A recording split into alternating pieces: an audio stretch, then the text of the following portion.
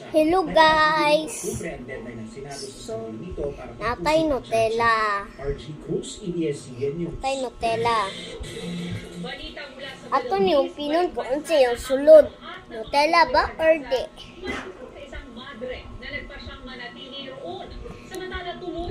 Lamay kayo ni guys. Yung tilawan ni ninyo. Strong.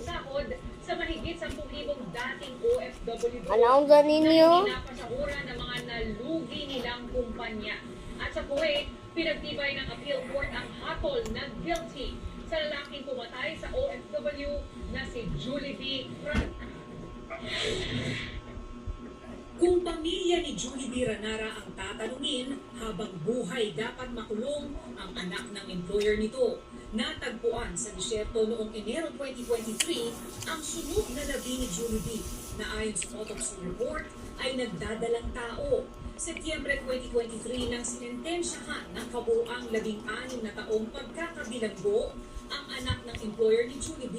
dahil sa murder at driving without license. At ngayong Huwebes, pinagtibay ng appeal court ang hatol. Ito lang sa amin ng masalayan na isasama sa kanya na next time or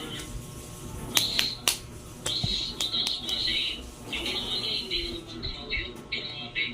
Even na lang yung naging father sa kanya pero pa rin naging justice. Kasi sa aming mga kapatid sobrang sakit na lalo pa pag nakikita namin yung parents na minsan naiyak nagtatago sa amin pero nakikita namin sila naiyak yung mga anak niya sobrang sakit po inisip namin paano di paglumaki. May 4 na anak si Julie B. na tagapagtaguyod din ng kanyang mga magulang.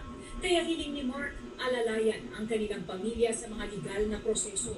Ayon sa Department of Migrant Workers, hindi pa alam kung mag-aapela pa ang akusado. Pero ang susunod na hakbang sa kaso, ang paghahanap Lamay kayo ni guys. para sa danyos.